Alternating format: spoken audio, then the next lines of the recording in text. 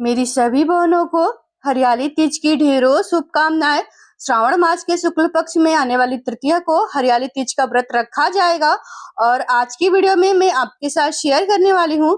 जैसे कि आपके पास ज्यादा सामग्री नहीं है और ज्यादा आपके पास समय नहीं है, तो इस स्थिति में आपको हरियाली तीज का पूजन कैसे करना चाहिए, तो उसकी बहुत ही सरल पूजा विधि आपके साथ शेयर कर रही हूँ। और देखिए, हरियाली तीज के दिन जो है 15 अगस्त दिन शनिवार को ये हरियाली तीज का व्रत रखा जाएगा, जो कि आप सुबह के समय भी ये पूजन करते हैं तो अच्छा होता है। और देखिए, ज्यादातर तो शाम के समय ही इसका विधान बताया गया है प्रदोष काल में।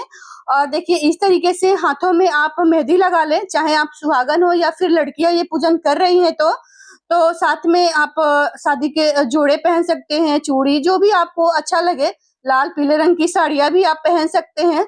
और देखिए, इस प्रकार से एक चौकी लगा लीजिएगा और चौकी पे पीले लाल हरे रंग का आपको आसन बिछा लेना है।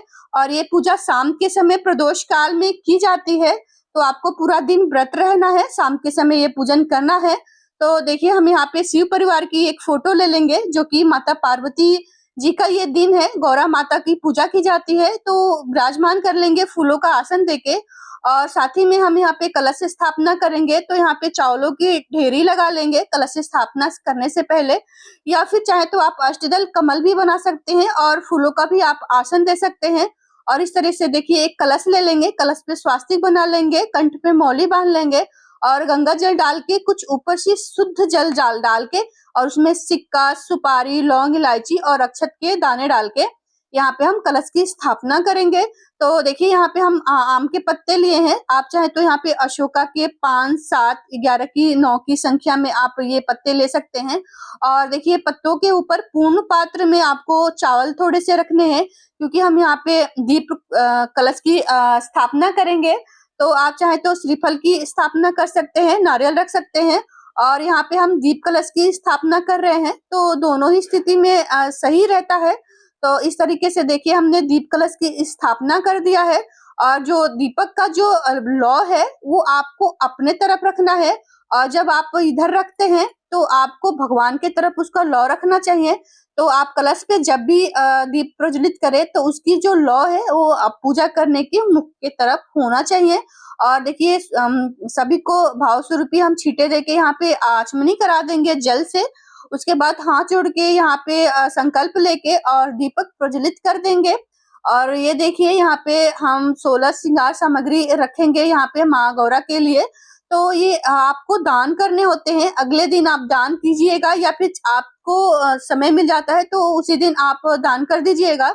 ये दान करना बहुत ही अनिवार्य होता है। ये आप मंदिर में दान कर सकते हैं, या फिर आप चाहे तो आप अपने घर में किसी भी बड़े लोगों को, ये सुहागिन महिलाओं को भी दान कर सकते हैं। और साथ में हम यहाँ पे वस्त्र स्वरूपी कलावा समर्पित करेंगे। और देखिए, यहीं पे मिट्टी के गौरा, गणेश और शंकर जी बनाए जाते हैं, उसका बहुत विधान होता है हरियाली तीज पे। तो वहां पे अगर आपके पास समय है तो मिट्टी के बना लीजिएगा और उनका भी पूजन करते हैं। तो पिछली वीडियो में आपके साथ मैंने शेयर किया है, आप जाके वहां पे भी देख सकते हैं संपूर्ण पूजा विधि। और यहाँ पे देखिए, सभी को चंदन और रोली से तिलक लगा लेंगे और साथ में अक्षत समर्पित करेंगे। उसके बाद हम यहाँ पे तिल समर्पित करेंगे। जैसे कि आपको पता है कि शंकर जी को और गणेश जी को तिल अति प्रिय है, तो माँ गौरा के लिए यानी माँ पार्वती के लिए लाल फूल है तो उनको समर्पित कीजिएगा। और शंकर जी को यहाँ पे हम पीले फूल समर्पित करेंगे। सफेद फूल मिल जाता है, जो भी उनकी प्रिय चीजें जैसे कि उनको अच्छा लगता है वो यहाँ पे हम फूल समर्पित करेंगे। गणेश जी के लिए हम यहाँ पे दूर्वा समर्पित करेंगे और शंकर जी के लिए यहाँ पे हमने धतूरे अर्पित किया है। जैसे कि सावन का महीना चल रहा है, तो ये चीजें आपको बहुत ही आसानी से मिल जाती है। और साथ में हम बेलपत्र अर्पित करेंगे। तो बेलपत्र देखिए, आपको चुन के और साफ बेलपत्र अर्पित करने हैं। तो 2, 5 की संख्या में आप शंकर जी को यहाँ पे बेलपत्र अर्पित कर लीजिएगा। और जो भी उनकी प्रिय चीजें होती हैं, भांग, धतूरे, जो भी चीजें होती हैं, आप उनको यहाँ पे समर्पित कर दीजिएगा और इत्र लगा दीजिएगा। तो सभी के वस्त्रों में जैसे कलावा हमने अर्पित किया था, उन सभी कलाओं पे हम इत्र लगा देंगे। और साथ में हम कुछ दक्षिणा रख देंगे। दक्षिणा जैसे कि आपको दान भी करनी है। तो यहाँ पे देखिए, हमने कुछ फल ले लिए हैं, जैसे कि 5 प्रकार के मैंने यहाँ पे फल लिए हैं। आप चाहे तो यहाँ पे एक ही फल 5 की संख्या में रख सकते हैं, जैसे केला हो गया, आम हो गया, जो भी इस समय में ऋतु फल आते हैं तो आप यहाँ पे फल ले सकते हैं। और देखिए मीठे में मैं यहाँ पे बतासे अर्पित कर रही हूँ, जैसे कि घेवर का विशेष महत्व होता है। कहीं पे खीर पूड़ी भी यहाँ पे भोग लगाया जाता है, तो आप अपने क्षेत्र के अनुसार देख लीजिएगा। तो घेवर बाजार से मंगाई हुई कोई सा भी मिठाई, बतासे, मिश्री रख सकते हैं। और देखिए यहाँ पे माँ गौरा के लिए हम यहाँ पे सिंदूर अर्पित करेंगे और जल रख देंगे यहाँ पे थोड़ा सा गिलास में भर के भोग के लिए। और माँ पार्वती को यहाँ पे हम सिंदूर अर्पित करेंगे, जैसे कि सिंदूर का मतलब सुहाग लिया जाता है, तो 5 बार हमने माँ पार्वती को यहाँ पे सिंदूर अर्पित किया है। अगर आपके पास विग्रह है तो विग्रह को पंचामृत स्नान करा के यहाँ पे स्थापित कर सकते हैं, अगर आपके पास फोटो नहीं है तो। और आप चाहे तो मिट्टी से भी बना के उनका पूजन कर सकते हैं। फिर प्रेम पूर्वक हम यहाँ पे सभी को धूप दिखाएंगे और धूप दिखाने के बाद अपने सीधे हाथों में थोड़ा सा फूल और अक्षत के दाने लेके हम कथा सुनेंगे। तो देखिए अगर आपका संभव हो सके तो हरियाली तीज की जो कथा बुक आती है वो आप जरूर लाके अपने पास रख ले, वरना आप नेट से भी कथा सुन सकते हैं और कथा की वीडियो आपको भी मेरे चैनल पे मिल जाएगा। कथा सुनने के बाद जो भी फूल अक्षत है आपके, तो वो प्रभु के चरणों में इस तरीके से छोड़ देंगे। और देखिए यहाँ पे हम आरती कर लेंगे, तो आरती आपको जो कलश पे रखे हैं उसको नहीं छूना है, पूजा के बाद ही उसको शांत होने के बाद ही उसको आपको हिलाना है। तो अलग से अगर आपके पास कपूर नहीं है तो अलग से किसी बाती का आप दीपक बना के भी यहाँ पे आरती कर सकते हैं। और साथ में हम कपूर की आरती करेंगे, तो यहाँ पे आप आरती की जो बुक कथा की जो बुक लाएंगे उसी में आरती होती है।